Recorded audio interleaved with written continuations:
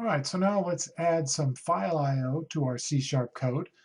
We'll go into Visual Studio, and we'll start with a blank demo. And the first thing we need to know is that the resources that we are going to use to do FileIO come from a namespace system IO. Okay, so that's where these resources reside in terms of a namespace. You don't have to create a special reference for this because it's included as part of the standard C# package. At any rate, that's the name of the namespace, and then we will be using the class stream writer to write our file, so SW, and we'll just create a new stream writer. And as you can see, there are a number of overloads. The easiest thing to do is just to give it a path, and so I'll call this out.txt. And then I can write to that stream writer, SW dot, and the same sort of methods, just as we've been using with the console object or the debug object. So I can say write or write line. I'll go ahead and go with write line.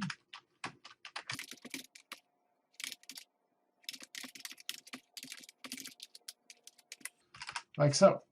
All right, now the first question that might come to mind is, where is this file going to reside?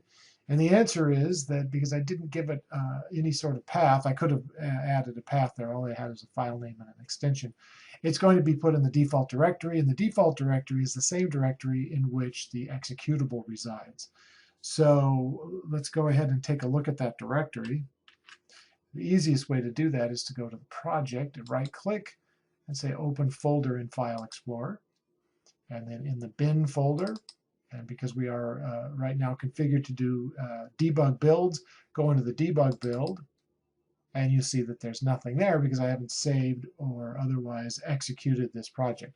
But that's the folder that it's going to appear in. This will be the same folder as the executable and the output file. So going back to Visual Studio, I can execute this, Control F5. And of course, it doesn't actually print anything out, so we're not going to see any data here. But now we've saved, built, compiled, linked, run the executable. So we can close that, and we go back to the directory in question. And there we see the executable, which is here, and the out.txt file. All right, so let's go ahead and double click on that and take a look at what's in that file. And the answer is nothing. The file is completely empty. Right? And the reason for that is that we did not close the file. So that's how important it is to close the file. If you don't close the file with using managed code, it won't flush the buffers. You won't get anything in the output. So let's go back to our Visual Studio program and rectify that mistake. So that's sw.close. So now we run this code and go back to the folder that included the output file. And there it is, and open it up. And now, because I have done the close, you will see the data in the file. So again, imperative that you close your files.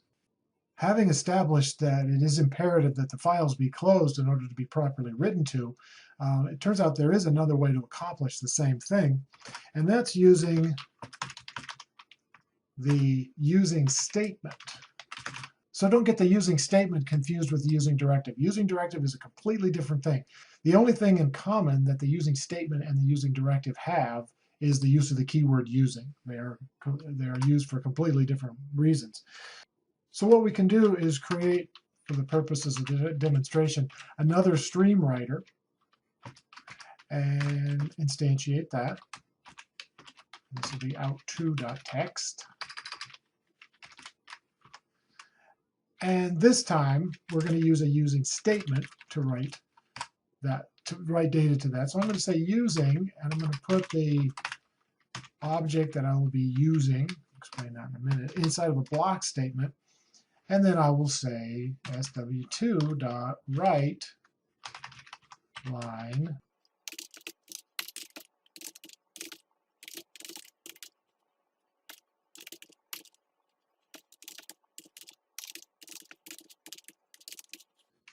Something along those lines. Okay, so in other words, because I had said using SW2, anything inside of those parentheses will be automatically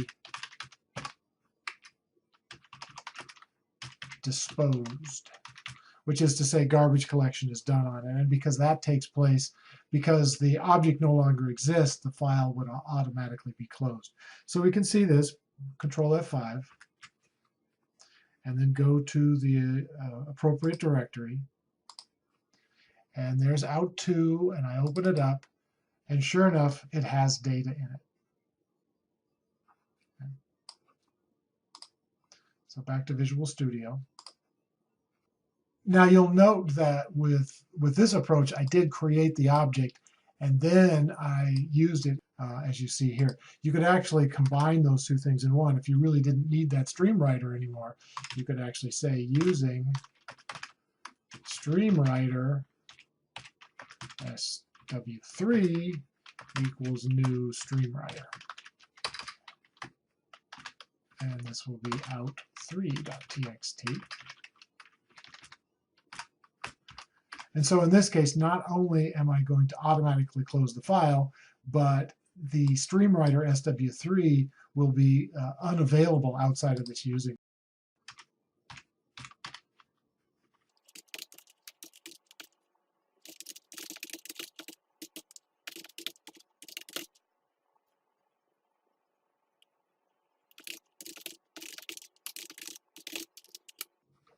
And we run this code and go to the directory. And there's out3. And again, even though we didn't explicitly say close, we did get the data in the file.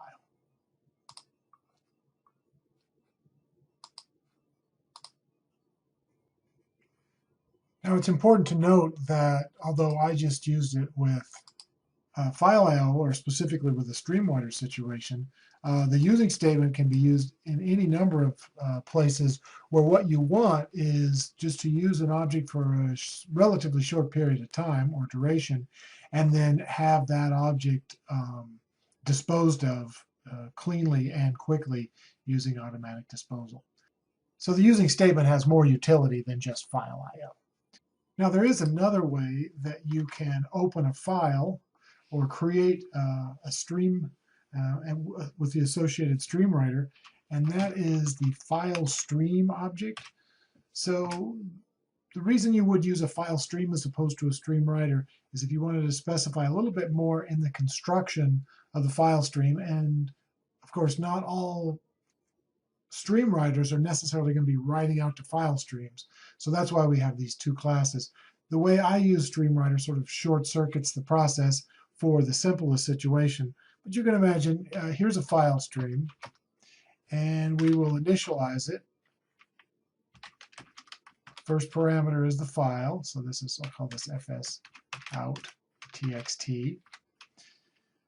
Second parameter is the file mode, and here we have an enumeration that allows us to specify exactly how we want our file to be opened or created in this case, because it is going to be an out mode file.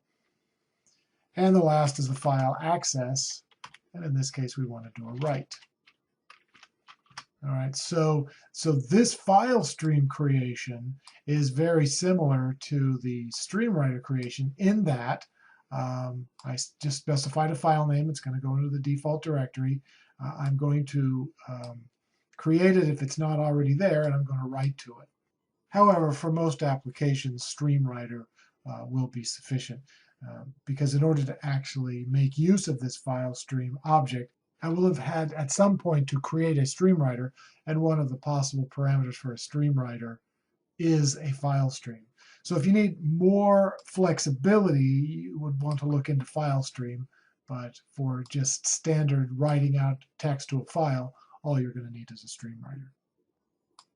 Of course, the other thing we're going to want to be able to do is to read this data back in. So the opposite of stream writer is stream reader.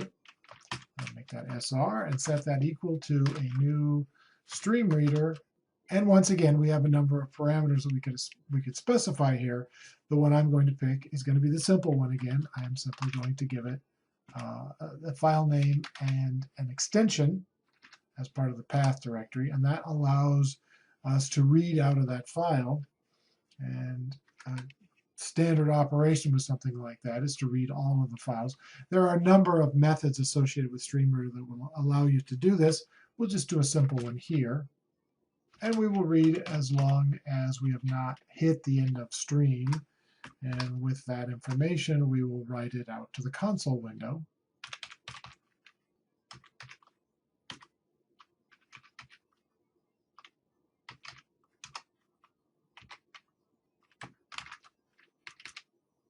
Like so.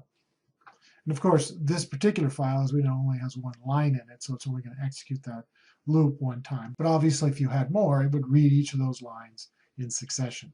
Now, what I've done here is simply written it out directly to the console window. I suppose it might be useful to show that we can, in fact, capture that value. So I could take a string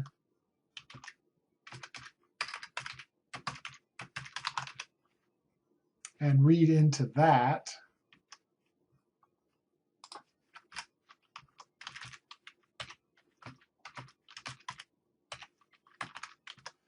And then possibly process that variable in any number of ways before I simply echoed it back out to the console window. And so if we run this code, finally we do see that the content of that file is easily echoed back to the console window.